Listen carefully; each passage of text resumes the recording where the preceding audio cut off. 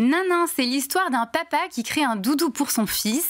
Il en a fait depuis une marque qui nous vient du Creusot près de Lyon.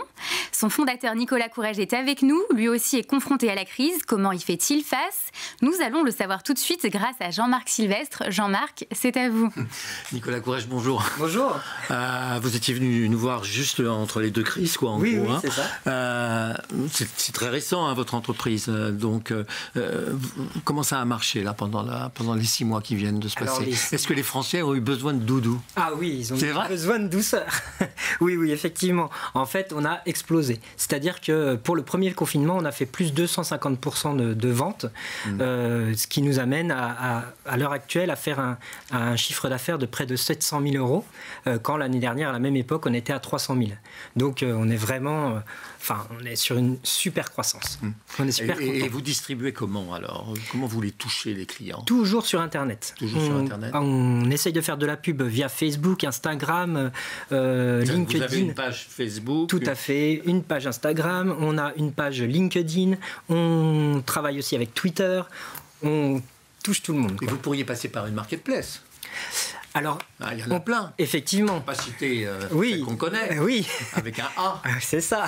Non, en fait, on ne vend pas sur cette marketplace ou sur une autre, parce qu'on veut vendre vraiment en direct pour maîtriser notre tunnel de commercialisation. C'est quoi votre idée derrière ça? C'est de faire plaisir à vos enfants, votre fils, je crois? Oui, c'est mon fils. Oui, mais enfin, au-delà de tout ça, vous dites qu'il y a un vrai besoin quand même de oui, chaleur, il y a un vrai besoin de retour à l'enfance. Mais carrément. C'est quand même un problème de responsabilité, quoi. Il va quand même falloir considérer qu'on est des adultes maintenant. Mais on est des adultes. Mais en tout cas, on adore envoyer de la douceur, de l'amour aux enfants. On adore même... On peut très bien envoyer un nanin à un adulte aussi. Celui-ci, par exemple, est spécialement créé pour les familles LGBT. Celui-ci, c'est pour... parce qu'il y a les couleurs. Mais tout à fait, de l'arc-en-ciel, le rainbow. Voilà. On a aussi fait toute une gamme de nanas... c'est pour les parents, c'est pas pour les enfants. Ah si, mais si, vraiment. Mais vraiment. Là, le drapeau français, là, le drapeau français, on a le drapeau portugais, libanais, marocain. On fait tous les pays. C'est un doudou universel. Voilà. Et ça se vend dans le monde entier? Ça se vend dans le monde entier. Ça va commencer à se vendre dans le monde entier? Oui, mais bon, là, c'est assez anecdotique. 99% de la commercialisation se fait en France. Oui, enfin, je vous rappelle, il y a des marketplaces qui ont une audience internationale. Hein. C'est vrai. Mais bon, de toute façon, on n'aurait peut-être même pas la possibilité de produire pour le monde entier. Où, alors, en Bourgogne, dans notre propre atelier, on a employé ces derniers temps 2 personnes supplémentaires. Là, les 2 derniers mois, on a employé 2 personnes en plus. Et donc, on est 8 maintenant au total. Et voilà, c'est une super aventure en tout cas. Avec une matière première que... Avec une matière première donc qui est... Non, la question que je voulais vous poser, c'est est-ce que c'est bio? On a du bio.